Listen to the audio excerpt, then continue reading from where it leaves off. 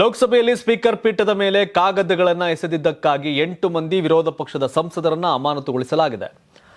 ಕಾಂಗ್ರೆಸ್ನ Manickam Tagore, Gurjit Singh, Amarinder Singh, Kiran Kumar Reddy, ಹಿಬಿ Eden, dean ಕುರಿಯನ್ಕೋಸ್, Prashant ಪಡೋಲೆ ಹಾಗೂ ಸಿಪಿಎಂನ S ವೆಂಕಟೇಶನ್ರನ್ನ suspend ಮಾಡಲಾಗಿದೆ.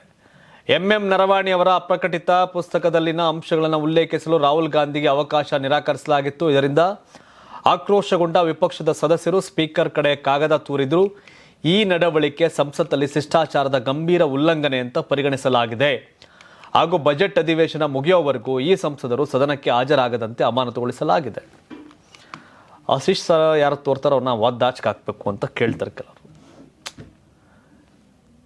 ಕಾನೂನು ಏನು ಹೇಳುತ್ತೆ, ಸಂಸತ್ತಿನ ರೂಲ್ಸ್ ಆ್ಯಂಡ್ ರೆಗ್ಯುಲೇಷನ್ಸ್ ಏನು ಎತ್ತ ಅನ್ನೋದು ನೋಡಬೇಕು. ನಾನು ಯಾರೋ ಬೆಳಗ್ಗೆ ಮಾತಾಡ್ತಿದ್ದೆ, ವಿಧಾನಸಭೆ ಲೋಕಸಭೆಗೆ ಕರ್ನಾಟಕದಲ್ಲಿ MLAಗಳಾಗೋದನ್ನ ಈ KPSC ಎಕ್ಸಾಮ್ ಮಾಡಿ ನಂತರ ಅವ್ರು ಚುನಾವಣೆ ಕಂಟೆಸ್ಟ್ ಮಾಡಬೇಕು. ಅದರಲ್ಲಿ ಪಾಸ್ ಆದವರು ಈ ಲೋಕಸಭೆ ನಿಲ್ಲೋರು UPSC ಒಂದು ಎಕ್ಸಾಮ್ ಕೊಡಬೇಕು ಅವ್ರಿಗೆ, ಈಸ್ ಫಿಟ್ ಆರ್ ಅನ್ಫಿಟ್ ಇದಕ್ಕೆ ಅಂತ. ಸುಮ್ಮನೆ ಆ ಸಂಸತ್ ಬಗ್ಗೆ, ಆ ಸದನದ ಬಗ್ಗೆ ನಾಲ್ಕಾಣಿ ಗೌರವ ಇಲ್ದಿರೋರೆಲ್ಲ ಬಂದರೆ ಏನು ಬೇಕಾರಾಗತ್ತೆ ಅಧಿವೇಶನದಲ್ಲಿ.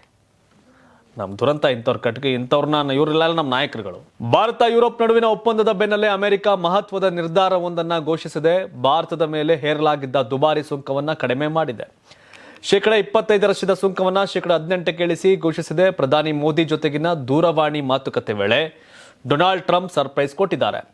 ಇನ್ನು ಇದೇ ವಿಚಾರವಾಗಿ ಮೋದಿ ಟ್ವೀಟ್ ಮಾಡಿದ್ದು ಸಂತಸ ವ್ಯಕ್ತಪಡಿಸಿದ್ದಾರೆ. 2 ದೊಡ್ಡ ಆರ್ಥಿಕತೆಗಳು ಮತ್ತು ವಿಶ್ವದ ಅತಿದೊಡ್ಡ ಪ್ರಜಾಪ್ರಭುತ್ವಗಳು ಒಟ್ಟಾಗಿ ಕೆಲಸ ಮಾಡಿದಾಗ ನಮ್ಮ ಜನರಿಗೆ ಪ್ರಯೋಜನವನ್ನು ನೀಡುತ್ತವೆ, ಪರಸ್ಪರ ಅಪಾರ ಅವಕಾಶಗಳನ್ನು ತೆರೆದುಕೊಳ್ಳುತ್ತವೆ. ಅಧ್ಯಕ್ಷ ಟ್ರಂಪ್ ನಾಯಕತ್ವವು ಜಾಗತಿಕ ಶಾಂತಿ, ಸ್ಥಿರತೆ ಮತ್ತು ಸಮೃದ್ಧಿಗೆ ಅತ್ಯಗತ್ಯ. ಶಾಂತಿಗಾಗಿ ಅವರ ಪ್ರಯತ್ನಗಳನ್ನು ಭಾರತ ಸಂಪೂರ್ಣವಾಗಿ ಬೆಂಬಲಿಸುತ್ತದೆ ಅಂತ ಮೋದಿ ಪೋಸ್ಟ್ ಮಾಡಿದ್ದಾರೆ. ಇದೇ ಮೋದಿ ಫ್ರೆಂಡು ಟ್ರಂಪು. ತಿಕ್ಲತನಗಳು ಜಾಸ್ತಿ, ಹುಚ್ಚಾಟ ಜಾಸ್ತಿ, ತುಗ್ಲಕ್ ಟೈಪ್ ದರ್ಬಾರ್ ಈಗ ಮಾಡವ್ರೆ. ಇನ್ನು ಯಾವಾಗ ಉಲ್ಟಾ ಹೊಡಿತಾರೋ ಗೊತ್ತಿಲ್ಲ. 18 ಯಾವಾಗ 28 ಆಗುತ್ತೋ, 38 ಆಗುತ್ತೋ, 100 ಆಗುತ್ತೋ ಗೊತ್ತಿಲ್ಲ. ಟ್ರಂಪ್ ನಂಬಿಕಸ್ಥ ವ್ಯಕ್ತಿ ಅಲ್ಲ. ಏನು ಅಮೆರಿಕ ಮತ್ತು ಭಾರತದ ನಡುವಿನ ಒಪ್ಪಂದವನ್ನು ಕಾಂಗ್ರೆಸ್ ಟೀಕಿಸಿದೆ. ಪ್ರಧಾನಿ ಮೋದಿ ಅಂತಿಮವಾಗಿ ಶರಣಾಗಿದ್ದಾರೆ ಎಂದು ಕಾಂಗ್ರೆಸ್ ಪ್ರಧಾನ ಕಾರ್ಯದರ್ಶಿ ಜೈರಾಮ್ ರಮೇಶ್ ವ್ಯಂಗ್ಯವಾಡಿದ್ದಾರೆ ಟ್ವೀಟ್ ಮೂಲಕ. ಆಪರೇಷನ್ ಸಿಂಧೂರ ಕಾರ್ಯಾಚರಣೆ ಸ್ಥಗಿತವನ್ನು ವಾಷಿಂಗ್ಟನ್ ಡಿಸಿಯಿಂದ ಘೋಷಿಸಿದ್ದ ಟ್ರಂಪ್, ವಾಷಿಂಗ್ಟನ್ನಿಂದಲೇ ರಷ್ಯಾ ಮತ್ತು ವೆನೆಜುವೆಲಾದಿಂದ ಭಾರತದ ತೈಲ ಖರೀದಿ ಕುರಿತು ಪ್ರಕಟಣೆ ನೀಡಿದರು. ಈಗಲೂ ವಾಷಿಂಗ್ಟನ್ನಿಂದ ಭಾರತ US ವ್ಯಾಪಾರ ಒಪ್ಪಂದವನ್ನು ಘೋಷಿಸಿದ್ದಾರೆ. ಟ್ರಂಪ್ ಅವರು ಪ್ರಧಾನಿ ಮೋದಿ ಮೇಲೆ ಸ್ವಲ್ಪ ಹತೋಟಿ ಹೊಂದಿರುವಂತೆ ತೋರುತ್ತಿದೆ. ಸಾಮಾನ್ಯವಾದ ಅಪ್ಪುಗೆಯಲ್ಲಿ ತೊಡಗುವುದನ್ನು ಬಿಟ್ಟು ಅಂತಿಮವಾಗಿ ಶರಣಾಗಿದ್ದಾರೆ ಅಂತ ತೋರುತ್ತದೆ ಎಂದು ಕುಟುಕಿದ್ದಾರೆ. ನರೇಂದ್ರ ಮೋದಿ ಉತ್ತರ ಕೊಡಬೇಕು, ನಾವೇನು ಕೊಡೋದು. ಏನೋ ಷೇರು ಮಾರುಕಟ್ಟೆಯಲ್ಲಿ ಭಾರಿ ಜಿಗಿತ. ಭಾರತ ಅಮೆರಿಕ ನಡುವಿನ ಟ್ಯಾಕ್ಸ್ ವಾರ್ಗೆ ಬ್ರೇಕ್ ಬಿದ್ದ ಬೆನ್ನಲ್ಲೇ ಭಾರತದ ಷೇರು ಮಾರುಕಟ್ಟೆಯಲ್ಲಿ ಜಿಗಿತ ಕಂಡಿದೆ. ಸೆನ್ಸೆಕ್ಸ್ ನಿಫ್ಟಿ ಸೂಚ್ಯಂಕದಲ್ಲಿ ಬರೋಬ್ಬರಿ 720 ಅಂಕಗಳಷ್ಟು ಏರಿಕೆಯಾಗಿದೆ. ಮುಂಬೈ ಷೇರುಪೇಟೆಯಲ್ಲಿ 2400 ಅಂಕಗಳಷ್ಟು ಹೆಚ್ಚಳವಾಗಿದೆ. ಹೂಡಿಕೆದಾರರಿಗೆ ಕಳೆದ 2 ಗಂಟೆಯಲ್ಲಿ 13.5 ಲಕ್ಷ ಕೋಟಿ ಲಾಭವಾಗಿದೆ. ವಿದೇಶಿ ಸಾಂಸ್ಥಿಕ ಹೂಡಿಕೆದಾರರು ಮತ್ತೆ ಭಾರತದ ಮಾರುಕಟ್ಟೆಗೆ ಬರ್ತಿರುವ ಕಾರಣ ಹಣಕಾಸು ಸಂಸ್ಥೆಗಳ ಷೇರುಗಳಿಗೆ ಭಾರಿ ಪ್ರಮಾಣದಲ್ಲಿ ಬೇಡಿಕೆ ಬಂದಿದೆ.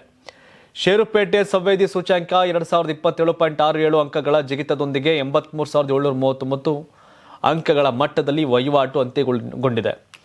NSE ನಿಫ್ಟಿ 629.25 ಅಂಕಗಳ ಏರಿಕೆಯೊಂದಿಗೆ 25,718 ಅಂಕಗಳ ಗಡಿ ದಾಟಿದೆ. ಅಂತಾರಾಷ್ಟ್ರೀಯ ವಾಣಿಜ್ಯ ಮೇಳ 2026 ಫೆಬ್ರವರಿ 6, 7, 8ರಂದು ಬೆಂಗಳೂರಿನ ಅರಮನೆ ಮೈದಾನದ ತ್ರಿಪುರವಾಸಿನಿಯಲ್ಲಿ ಆಯೋಜಿಸುತ್ತಿದೆ. ಇದು ಕರ್ನಾಟಕ ಕೃಷಿ ಇಲಾಖೆ ಪ್ರಕಟಣೆ. ಯಾರಾಗ್ತಾರೆ MLA ಅಭ್ಯರ್ಥಿ 2028 ಶೀಘ್ರದಲ್ಲೇ. ಪ್ರತಿದಿನ ಒಂದೊಂದು ಕ್ಷೇತ್ರದ ಟಿಕೆಟ್ ಆಕಾಂಕ್ಷಿಗಳ ಸಂಪೂರ್ಣ ಮಾಹಿತಿ ಪೊಲಿಟಿಕಲ್ ಜರ್ನಲಿಸ್ಟ್ KM ಶಿವಕುಮಾರ್ ಅವರಿಂದ. ಕರ್ನಾಟಕದ ನಂಬರ್ 1 ಡಿಜಿಟಲ್ ಮೀಡಿಯಾ ನಿಮ್ಮ ನೆಚ್ಚಿನ ಕರ್ನಾಟಕ ಟಿವಿಯಲ್ಲಿ ಮಾತ್ರ. ನೀವು ಸಣ್ಣ ಆಗ್ಬೇಕಲ್ವಾ? ಅದು ಒಂದು ಉತ್ತಮ ಆಹಾರದಿಂದ ಸಣ್ಣ ಆಗ್ಬೇಕಲ್ವಾ? ಪ್ರತಿದಿನ ನಮ್ಮ ಜೀನಿ ಸ್ಲಿಮ್ ನ ಯೂಸ್ ಮಾಡಿ ಯಾವುದೇ ಸೈಡ್ ಎಫೆಕ್ಟ್ ಇಲ್ದಂಗೆ ನೀವು ಸಣ್ಣ ಆಗ್ತೀರಾ.